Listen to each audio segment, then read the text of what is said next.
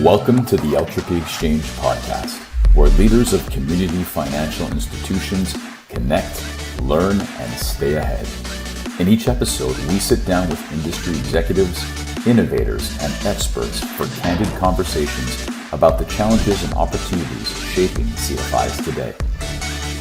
At Eltropy, we believe conversations matter. Let's dive in. Good morning, good afternoon, good evening, everybody, and welcome back to Eltropy's Exchange podcast. My name is Michael Pupil, Vice President at Eltropy, and today I've got introduced Mr. Peter Duffy. For more than 30 years, Pete has been a valued contributor to leading industry publications through a number of different published articles and continues to be a frequent speaker, not just at our events, but many throughout the industry, and is also a graduate of Texas Christian University, which has a special place in my family's heart, down in Fort Worth, Texas. He earned his BA in business management with minor in marketing, and my favorite characteristic here or statistic with you is that, Pete, you love to fly fish whenever you can. I have not done it. It is on my bucket list. I feel like it is wildly soothing and relaxing for a very chaotic and hectic schedule that you have. Yeah, and the schedule's been crazy, Michael, to be honest. As you mentioned, I started March 1, managing director of merger advisory, Yep. and hit the ground running March 1 to today. I roughly estimate I've been on the road about 75% of the time, because and that's a reflection, not that I like airports or airplanes, because I don't know who does, but it's a reflection of what's going on in the business. But yeah, fly fishing, when I spoke at a conference earlier this year, NCUCA, Ashish was there, and we had a nice dialogue, and it was followed by a request to speak in Jackson Hole in August for Eltropy. And of course, I had a tough time saying yes to that, since I go there every year to fly fish. So I'm actually going to be able to take a little time and get out on the river with some of my favorite guides and catch some brown trout. So yeah, I'm looking forward to it. I love it. It'll be my first time there. I'm excited to have you there, and I'm glad that we were able to twist that arm, Yeah, tight. exactly. That That's a means great you. spot. Well, I'm excited. For those that are listening, if you're interested, we'll put a link down below if you're interested in learning more to that. But more importantly, what we're here to do is talk. And Pete, I would love to take maybe a half step back. We've had a couple of conversations. We've obviously had a little bit of pregame before we jump onto this. And what was really interesting is that your career started actually at Procter Gamble. And that was your background before coming into and advising, credit unions and financial institutions. Give us a brief overview of the journey that you have taken over the years, and more specifically with your start, because I think it's an interesting one where you started more on the marketing side of things before coming here. Yeah, marketing and sales. You can't work at Procter and Gamble and not get a kind of a master's degree in how the consumer makes decisions. And it was a very fortunate experience. I was there 11 years, as you said, right out of college at TCU. And you spend a lot of time there thinking about what makes the consumer pull Tide off of the grocery shelf instead of Oxydol, or Pampers instead of Huggies. And in the part of the business I was in, which was institutional, then we were working the same kind of products, but with the restaurant and hotel trade. So it was particularly fun for me, because I started to enjoy calling on CEOs and understanding how they think and what drives them, what keeps them up at night, that kind of thing. And left there after 11 years and kind of went through career heck. For 3 or 4 years. It was the recession of the late 80s.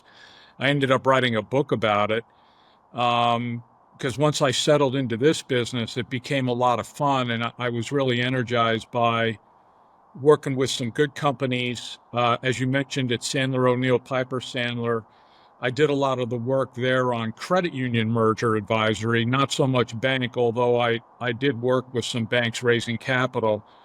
And all of that informed how I came into this business to work with credit unions and banks on strategic advisory. And it's been invaluable to have that background, because you think about why a business is growing or not growing, what influences the performance or lack of performance, and then based on your advisory, what can you do to help? Because at the end of the day, as advisors, if we're not focused on client performance, then we're wasting everybody's time, because if we can help a client perform, we'll get clients and keep clients and get more clients. But if we're not effective at helping them do that, we shouldn't get their business, actually. So I put that pressure on myself, and at this point, I think I've been in the C-suite of a huge percentage of the credit unions with assets greater than $1 billion in this company or country, and actually quite a few below $1 billion. Yeah, I think it's interesting because I had actually done a webinar a number of months back for the United Creditors Collect group that's holding also a conference actually in August. And one of the things that they wanted me to speak on was growth of accounts and deposit accounts for credit unions, and basically growth as a whole. And it's interesting because I took the path of, starting off that conversation with symbols of companies. And so you'd have the Nike swoosh, the Apple, and what that kind of meant. And I think it's interesting because credit unions struggle quite a bit with growth as a whole. And mergers and acquisitions, I think there are two camps. One that is out of necessity because you're hurting, and the other is because you're positioned in a position of strength. But you've talked, and we've talked offline a little bit about credit unions hitting this growth wall. And that, maybe sometimes they see that the parachute to safety is a merger and acquisition. Let's peel back the onion a little bit. First, let's talk about that growth wall, and then I'd love to transition into what you're seeing as a trend for these mergers and acquisitions, and maybe there's some commonalities here between the two. Right. It is an interesting and accelerating in focus amongst the nation's CEOs, community bank and credit union. And there are a lot of reasons for that. I call it the drivers of consolidation. There's close to a dozen, and they're all accelerating. I reach out and visit with and meet credit union professionals in various venues, conferences, their boardroom, C-suite, whatever. And one of the things that's decelerating rapidly is the unwillingness to even mention the word merger. And I see that as a direct correlation to these drivers of consolidation are very real. And there's a growing awareness of how everything gets interconnected and ends up in growth, lack of growth, average growth, and the same kind of impact on earnings, if you will. But there are still, and although shrinking, a number of credit union folks in particular, I think somewhat with thrifts and less so with community banks, a reluctance to quote unquote accept the facts, if you will. And it's understandable because in one sense, you can say that a credit union or bank that decides to merge up into someone larger is admitting that they're not as relevant as they used to be. What they're starting to figure out is they're not alone by a great measure, A, and B, that's also continuing, and the average asset size of those seeing that it's tough to compete has been accelerating significantly. So an example I would give you is the numbers have been clear, and I think for a number of years I was about the only one speaking to it, and it's since grown that others are too. The average growth experience amongst America's community banks and credit unions is that those above 10 billion in assets clearly and over years now are growing faster on members or customers and deposits and shares while also delivering a higher ROA, net income. And what's occurred is at some point, and I put it to the turn of the century, 2000, no special significance there related to the turn of the century, but shortly after that, you started to see technology begin its disruption of the business. And we can talk through those trends, but at a high level, the institutions with assets greater than 10 billion were at a billion or two at the turn of the century. And with that head start on scale, they were making more money, and they could take that incremental income and pour it into stuff that customers care about, whether it's growing interest in digital delivery, home banking, and then all of the cost that goes into awareness, which then creates more customers and members if the awareness program is working. Yeah. So I'll stop with that and just summarize by saying each year since the turn of the century, the asset size that it's taken to continue to grow while generating what I call competitive income, that asset size has continued to grow. And a lot of people didn't like that when I first started identifying the trend between 2000 and 2005. And now I have CEOs and boards saying, who used to yell at me for giving those kind of statistics or asking me to do board meetings because it's just been consistently true since then. And here's the key point, one of them.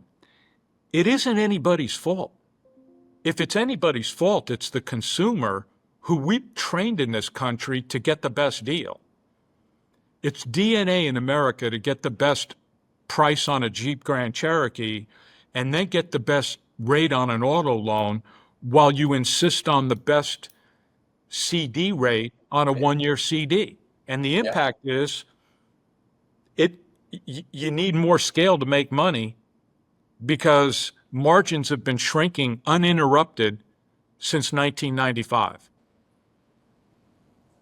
It's an excellent point. And, I use that analogy from turn of the century, pretty much for the last 15 to close to 20 years, where interest rates have been incredibly low and the market and the overall economy has just been on an upward trajectory. Let's take COVID out for a second. And so I can't tell you how many credit unions we talk to where you're 100% right. The ROA is a little bit out of whack, where they have paper that is yielding, under 2% or roughly about 2% when they have loans on the books that are, far exceeding that amount. And so there's a little bit of that mismanage. That where I do think that credit unions are the smaller assets under management. That doesn't mean that mergers and acquisitions is the only way out. What I actually do a lot of comparison with are groups like payday lenders. Payday lenders don't need to be 10 billion in size in order to do what they do. Now, I'm not advocating that credit unions turn around and start charging 500, 600% APR, but I am on a little bit of a crusade the last 12 to 24 months where the proliferation of payday lenders comes from two things. One, advertising, right? The market awareness, kind of what you're talking about, where some of those credit unions invested that money in order to get their name out and have a very good concerted effort to draw in new people. And I'm going to attribute it to ease of use, the investment in technology. It is so easy to, get that $300 loan by just clicking a couple of, thumb strokes on a phone, whereas the underwriting process, sometimes with some credit unions are a little bit longer than, I'm not going to throw anybody under the bus, but a little bit longer than just tap, tap, tap, and, away we go. Now, the offset to that is obviously the ARR, but in that environment, talk to me a little bit about the long-term risks of, groups relying on fees to remain member first. I think some of those credit unions have made that pivot. They now have scalability. What if you were a smaller credit union? What would you advise there? Well, and first to put some numbers behind it so that we can be as fair-minded as possible about all this. There are roughly 4,500 credit unions at the start of the year. When you take the income made off of loans and investments and you subtract from that income what it costs to pay for members for shares, the cost of shares, not borrowings. When you subtract that, actually it includes borrowings too. When you subtract that, that's called net interest income. Mhm. And then from there, when you subtract non-interest expense, so all the expenses not related to bringing in deposits and shares, salaries, branches, marketing, conferences, etc. When you take net interest income and you subtract from it non-interest expense, 2,197 credit unions had no income before fees were added. Roughly 50%. Right. What's more, 4,100 made less than $1 million. So 381 credit unions in the U.S. made more than 1 million in when net interest income had non-interest expense subtracted, but before including fee income, you had 381 credit unions that made more than 1 million. So the days of we're not relying on fees have actually long been over. And what's troublesome to the institutions that I talk to, which is many, is that the future of fee income is not very good because various aspects of the government, whether it's state chartered credit unions in California or federally insured credit unions anywhere in the U.S., there's an effort underway to reduce what institutions charge for various services that the bank or credit union provides. And that effort is leading to the institutions with scale advertising that they're providing the same service for less fee. And so you've got this market environment now where, along with the advent of fintech, which we should speak to, along with the advent of fintech becoming new competitors to banks and credit unions, you've got this issue that there's competition for the consumer and for the household, and those with scale can do things to continue to grow that a lot of the rest of the market cannot match. Well said. I'll throw a couple more numbers in there that maybe support, what it is that you're saying. But I think, it's widely known that the average age of a credit union member is into the 50s, 52, 53, so somewhere around there.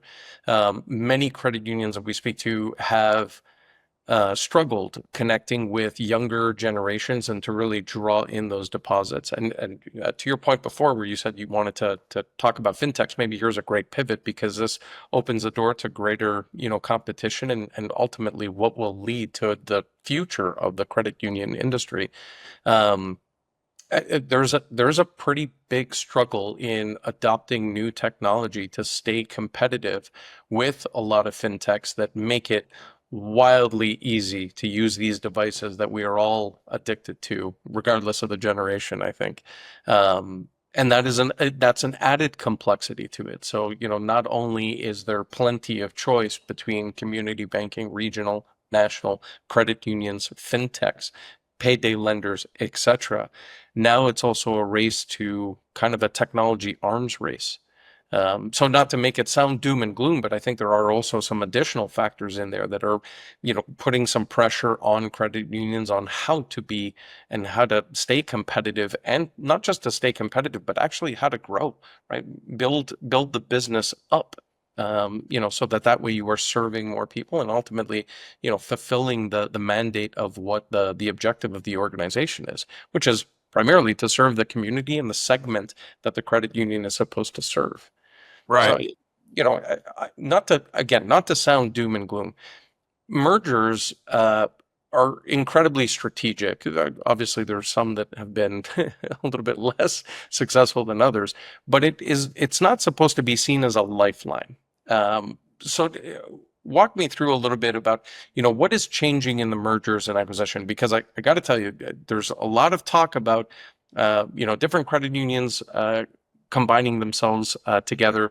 For the first time in a little while, I'm starting to see a little bit more of credit unions starting to look at banks and look at that acquisition. However, that now muddies the water about taxation and the status of the credit union. But I'd love your kind of overall opinion of the fintech space putting downward pressure on credit unions, and where this lifeline of mergers should be looked at. Like where is all of a sudden the fly on the hook, where you're baiting, the fish to come through? That's what's perking up the ears. When are we supposed to be listening to this?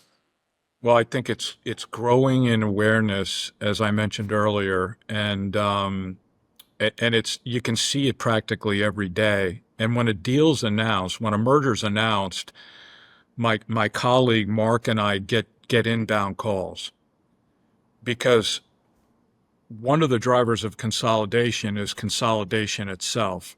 Because if you're a brick and mortar depository in Fort Worth, Texas, and Chase comes in, and well, it wouldn't be Chase, but a bank comes in and acquires another bank in Fort Worth, that bank that's acquired maybe was the 7th biggest or 10th biggest institution in Fort Worth. Now they're the largest.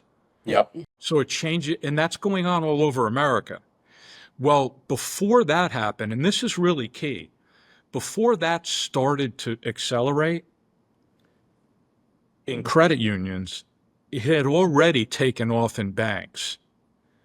But where it got really serious is at the beginning of the century, and as we moved forward, these 24 and a half years of this century have been absolutely seismic in what's gone on. And probably the biggest one is technology related, and here's why. In the beginning of this century, without anywhere near the regulatory oversight that banks and credit unions face, fintechs began making loans to American consumers. It started in 2005. By 2018, 13 years later, fintechs and new banks, neobanks, had a 68 share of mortgage originations. They went from nothing to 2/3 in 13 years, what took the banks and credit unions a couple of 100 years to do. Now, that's a mouthful. And again, I don't say that banks and credit unions were asleep at the switch. Right. I mean, to be perfectly frank, while they were regulated and many believe they were over-regulated, not my call on that, the fintechs were allowed to come in to their business and make loans to Americans with nowhere near the regulatory oversight, and by the way, with favorable tax treatment. So what you had in record land speed record timing is a new player comes into a business that there already was oversupply. At the time that that occurred, the U.S., and it's still the case, I'll give you the numbers today. We have 330 million roughly people in the U.S. today, and about 4,500 credit unions and nearly identical 4,500 banks. That's like 60 some odd thousand people per credit union. If you just did the division of people divided by number of banks or credit unions or both. The next closest country to us is Canada with 50% more potential customers. After that, the larger countries on the globe have hundreds of thousands or millions of potential customers per credit union or per bank. So we're still, after quite a bit of consolidation, we're still oversupplied. And then came fintech. And here's where it gets to more of the answer to your question, Michael. Fintech came in with nowhere near the legacy technology issues that the banks and credit unions have. True. The banks and credit unions have a shortage of where they can shop for technology support, and the supply side of technology knows that, so they're making a pretty penny on what they provide in terms of advisory, consulting, and the hardware and software. And ask anybody, and in the bank and credit union space, technology is hard to change, it's costly, and it takes a long time. Yeah. Fintech came in with a modern core, agility, and the ability to meet the market's needs quickly and unencumbered by all the stodginess of technology. It's not the stodginess of the institution. I know banks and credit unions that would move with light speed if they weren't held back by technology that they've got. It's not the people, it's the technology. And all of that costs money. So while all that occurred, it accelerated the need for scale. Because the thing that buys you out of all that is the scale that allows you to make more income on each relationship, not because you're pigs for profit, but because you need the profit to invest in the business, whether it's marketing, sales, creative marketing and sales. It's the 4 P's of the business: product, price, promotion, and place. Well, promotion is all things marketing. That all costs money.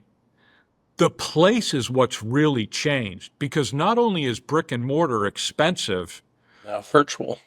right, but it's also now you're competing with banks without walls called fintech, and you're trying on the run to match that with what you offer in digital delivery and call center and internet banking. We being the consumer and the government who was regulating the banks and credit unions, and the Congress who let new players come in with nowhere near the oversight. And now they're getting that oversight, by the way, the fintechs. So it's kind of interesting. But they're getting it after they went from 0 to 68% of mortgage originations. It is interesting from your perspective to hear the breakdown at a macro level, right? I think sometimes, admittedly, I get swept up in the individual credit unions that I'm personally speaking to, and everybody seems to have a very unique scenario. Well, we all get wrapped up in it, Michael, because at the end of the day, this is a people business, and you're talking to people that you care about the performance, you want to see them do well. Yeah. And they're It is an inflection point in the business. The fundamentals have shifted and are going to continue to shift. And in order to meet the challenge, there's a growing recognized need to put an enzyme into the way you evolve by certain things moving forward. And you mentioned organic as well as merger, and there are things organic, and then there's the inorganic, which is merger. Look, the first, kind of ideas that come to mind, and we'll pick on Texas because we were talking about it before. There's a number of credit unions there that we speak to and work with that, one of their missions is to serve the underserved. They're in, very interesting pockets that are not exactly highly populated, close to border. So you have, different cultural, kind of marketing or promotion to do because it's going to have its own unique flavor. All while still trying to evolve on the technology side.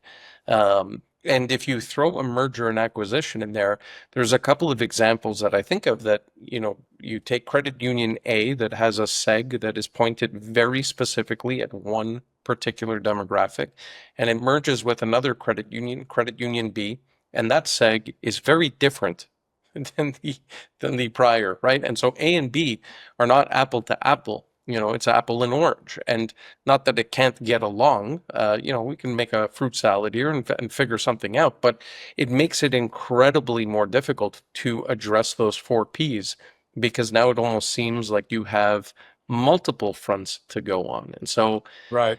if you're advising, credit union, what are the things that you look for at the surface level before diving really deep into this? What are you kind of poking around or trying to find to see, are these guys candidates, either for the parachute out or strategic growth, that this makes a lot of sense? What are some of the indicators that you look for? Or is that secret sauce that I'm asking for here?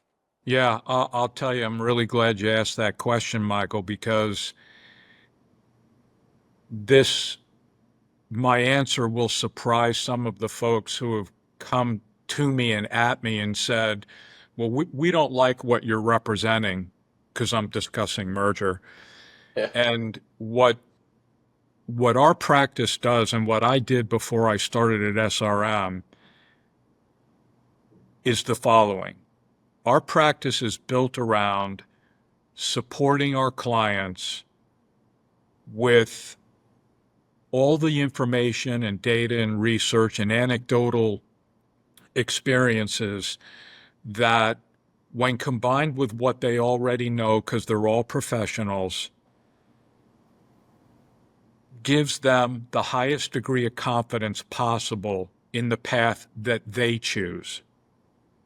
The market and they will decide their outcome.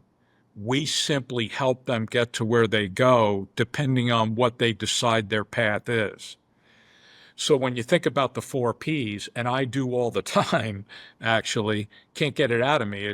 You can't take the Procter Gamble out of the country boy, nor the country boy out of the Procter Gamble, I guess. But here's the deal. Of the four Ps, place, which is branches, call center, internet, digital delivery, the tech stack, Yeah. is evolving at light speed and is expensive. Promotion is evolving not as much, but it's evolving as technology evolves, because you then have to think about, what channels do I market to? Do I market through social media, TV, radio, billboard, buying an ad on the scoreboard at the high school football stadium? That's evolving, because let's go back to something you brought up before. America's getting younger, and community banks and credit unions are trying to get younger, right?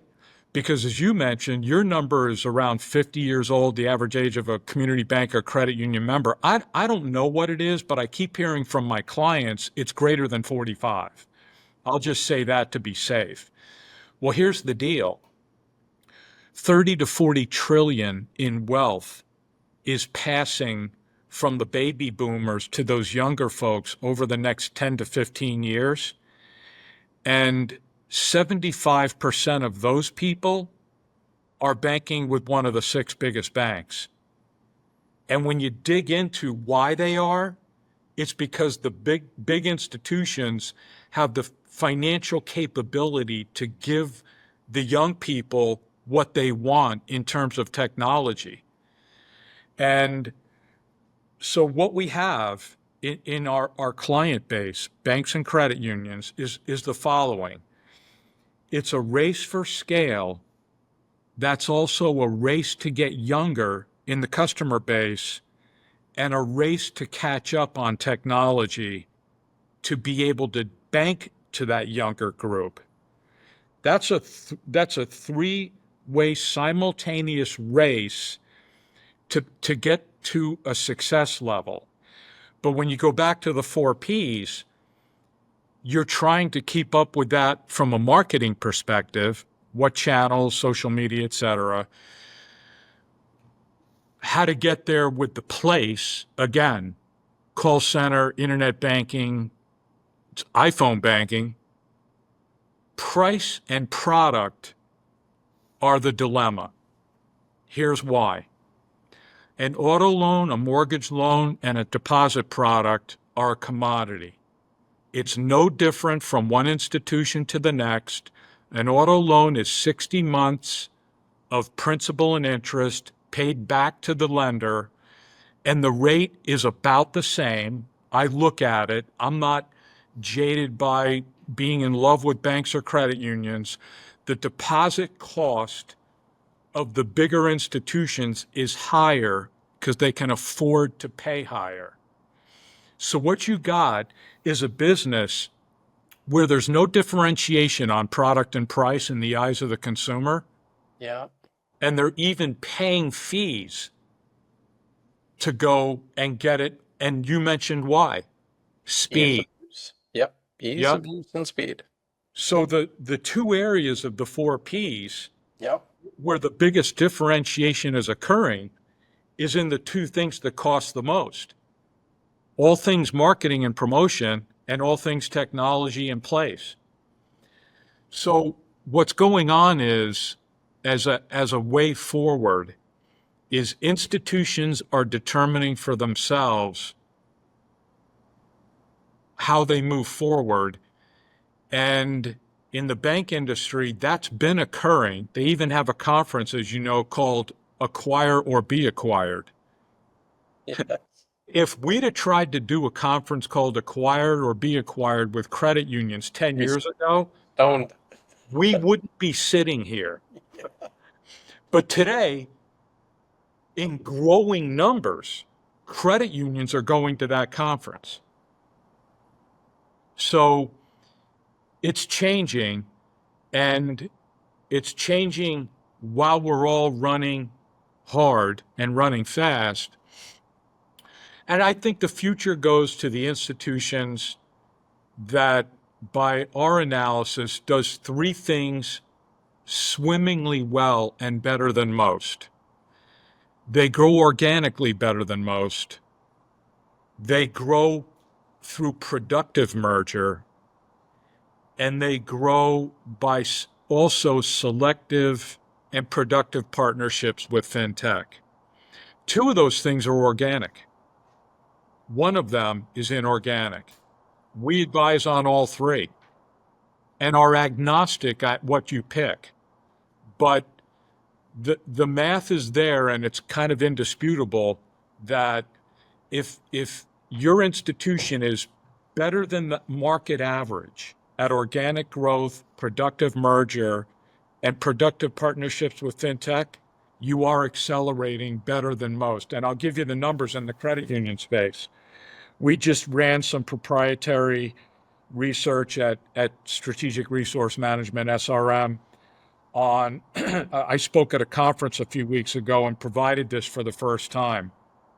And what we did is we looked at the fastest growing institutions in the credit union space. Yeah. And because when you go below 1 billion, the numbers get wacky for a lot of reasons, a lot of which is a small base. So you have a small base of shares and you grew, your growth rate looks a lot better. Percentage is going to be astronomically higher. Yeah. Right. Yeah. But Navy grew that amount, Navy Federal Credit Union grew that amount in a day, and you did it in 2 years, if you follow the logic there. But the summary analysis of success stories for the credit unions, and we're doing it for banks as well for the Eltropy conference. It's going to be fun. But the summary analysis of success stories for the credit unions with assets greater than 1 billion, we looked at the top 25. 6 of the 25 largely did it through fintech partnerships.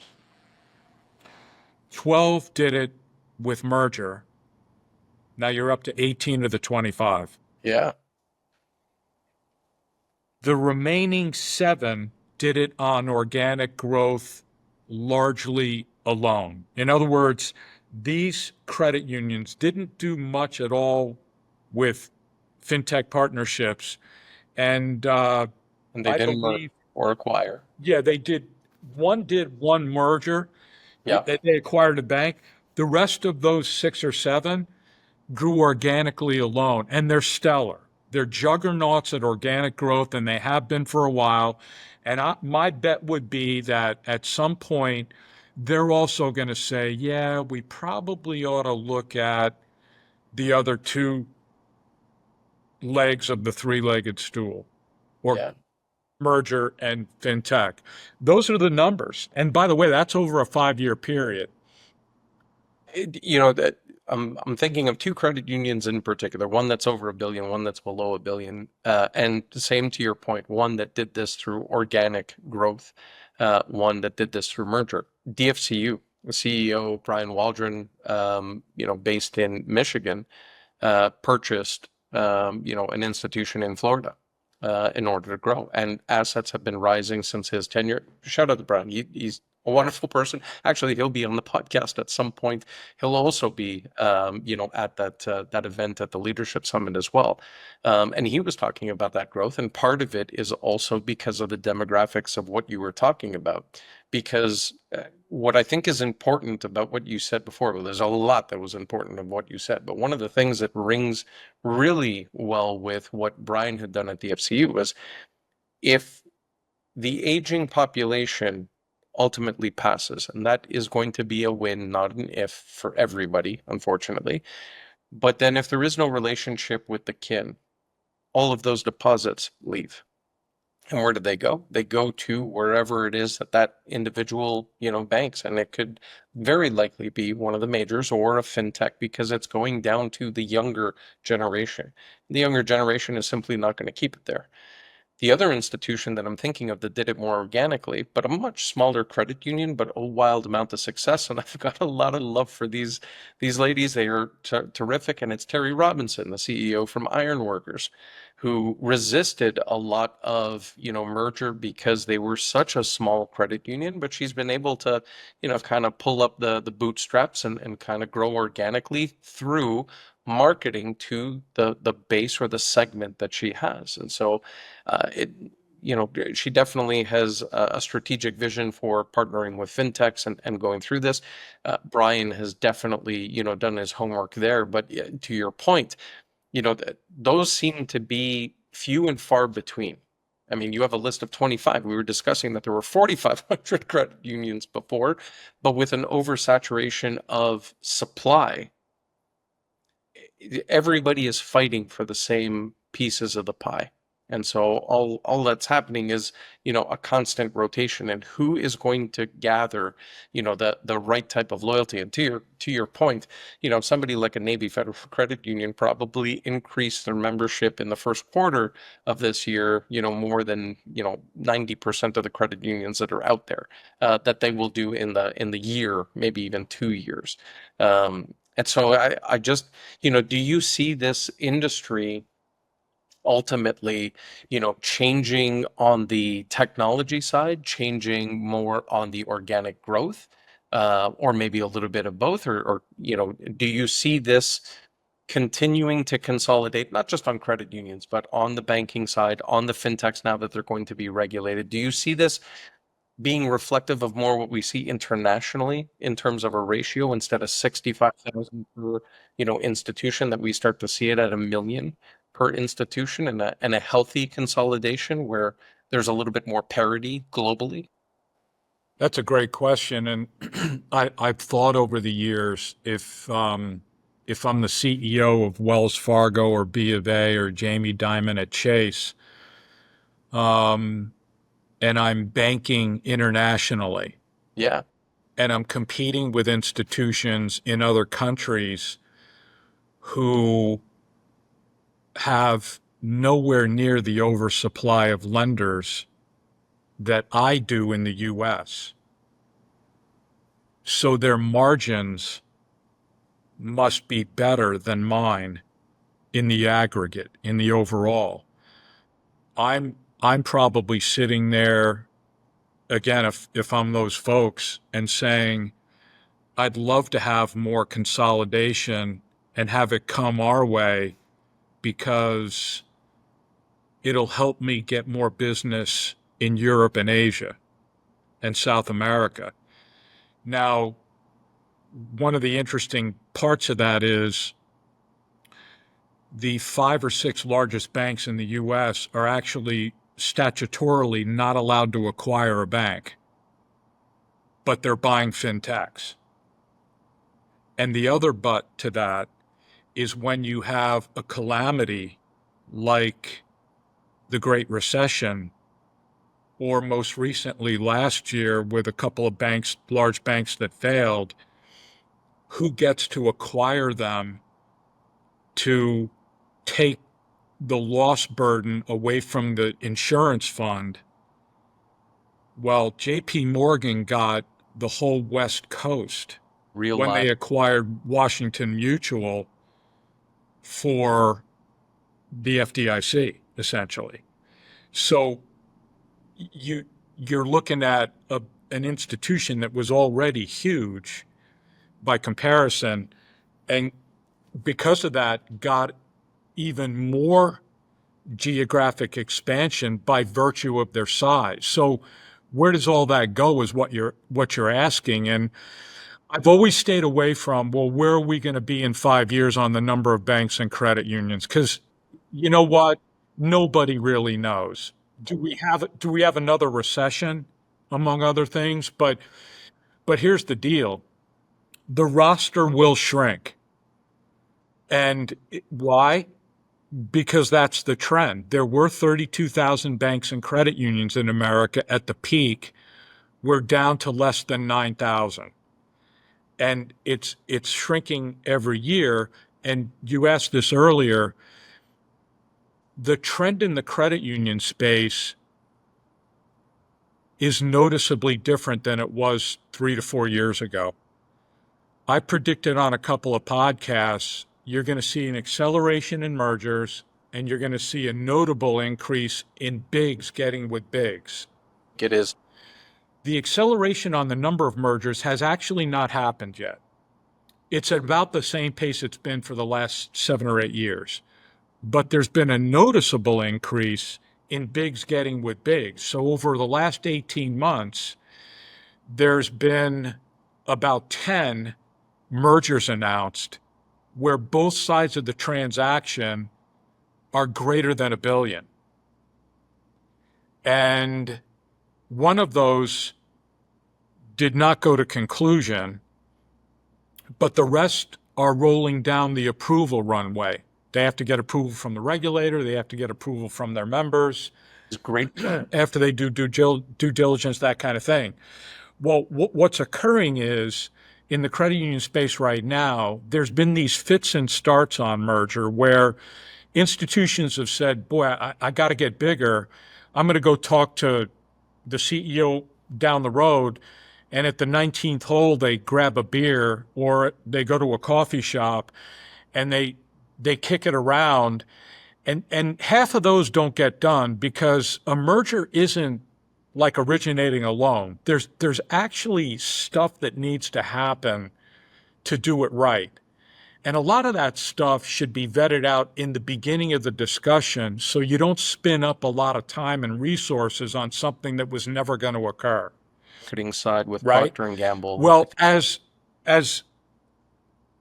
this launching of the interest in merger continues and accelerates, and it will, more and more of those will seek outside help, get professional help, and take the right posture and do it with professionalism and respect for the other side. And the deals will pick up and they will close, and you'll end up with the kind of merger results that we've seen in the bank industry. It's going to happen. It's actually accelerating as we speak.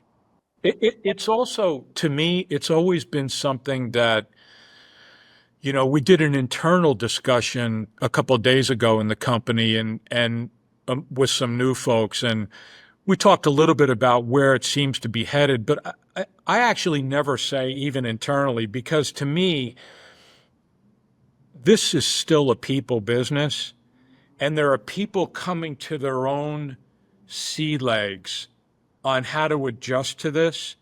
Because here's the thing.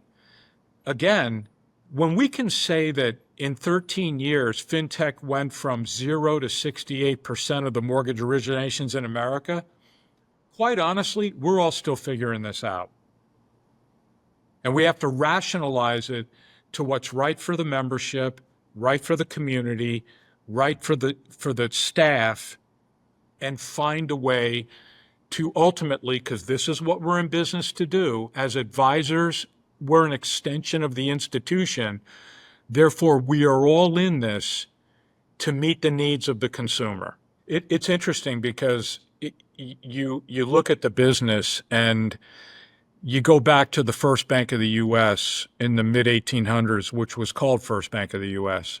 And you flash forward to mid-90s to the turn of the century, and essentially bank and credit union CEOs unlocked the front door in the morning, and the community came in and dropped off their raw material, which is deposits.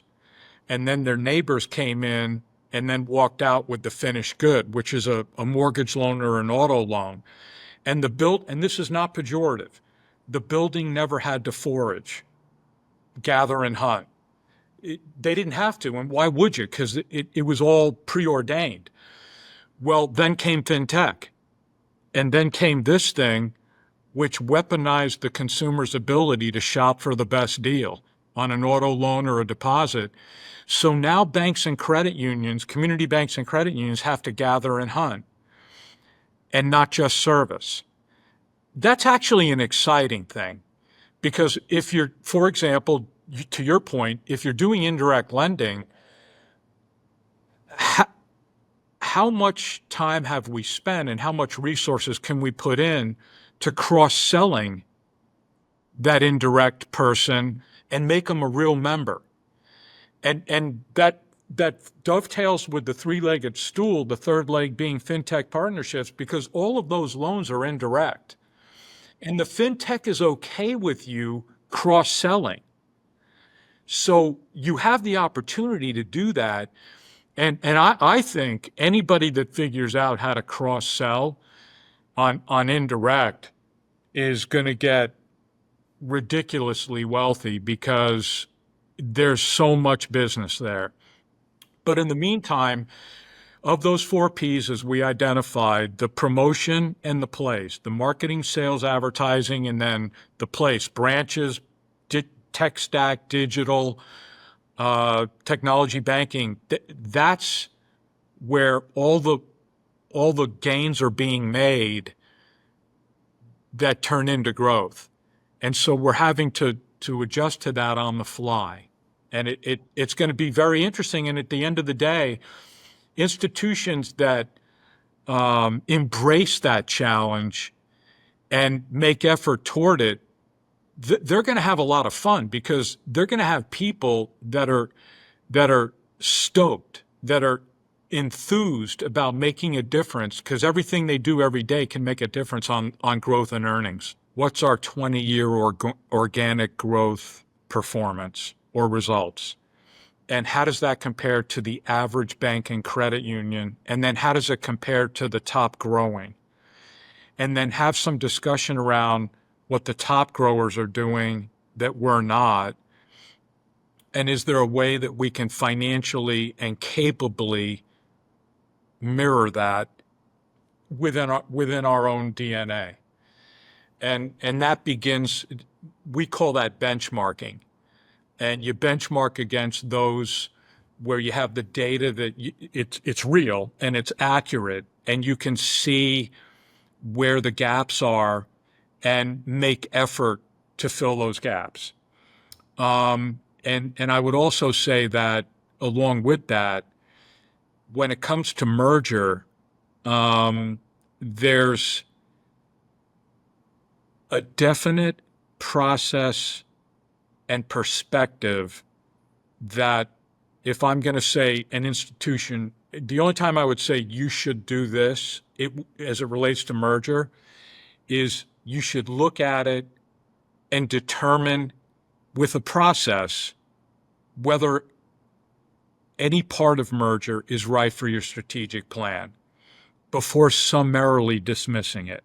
Because ultimately, you and your board want to have the highest degree of confidence possible on the path you choose, because that way you can kind of put blinders on and put all of the resources against that path. I'll be at, as you mentioned, in Jackson Hole. I'll be with the NCUMA folks in Maui in November, early November. I'll be with the CEO 40 group that Dennis Sullivan is organizing in Scottsdale in early October, as well as a couple of times next year. And people can get my colleague Mark and I at SRM, P. Duffy at srmcorp.com. But it's not hard to find me. You know, these days you can get on LinkedIn, Facebook, and you'll see articles, and you can link on the article, and it's easy to get a hold of us. But I appreciate the question. I think the main thing I like to think about for our client base, our mutual client base, is there's so much going on, and we can look at it as, gee, this is more challenge than I really wanted to dial in on. But actually, if you step back and you look at it, it's really fun to take on a meaningful challenge and see what progress you can make, especially if you are inclusive in how you bring all the troops in the organization into that effort by first sharing with them what the challenge is, and then here's how we're going to deal with it. And I think the more that the C-suites and the boards dial into what's occurring and become inclusive with their staff, the higher the performance will be, and frankly, the more fun it'll be. On the organic side, we start with a benchmarking process that has scores of information from bank and credit union customers at multiple institutions around the country. And from there, it kind of defines where you get the most juice for the squeeze. So because you have to really be surgical about the resources and where you put them. And this process helps them do that. And we've gotten some great results for our clients that way. Thanks for listening to this episode of the Eltropy Exchange podcast. For more insights and resources, visit us at eltropy.com. We'll see you next time.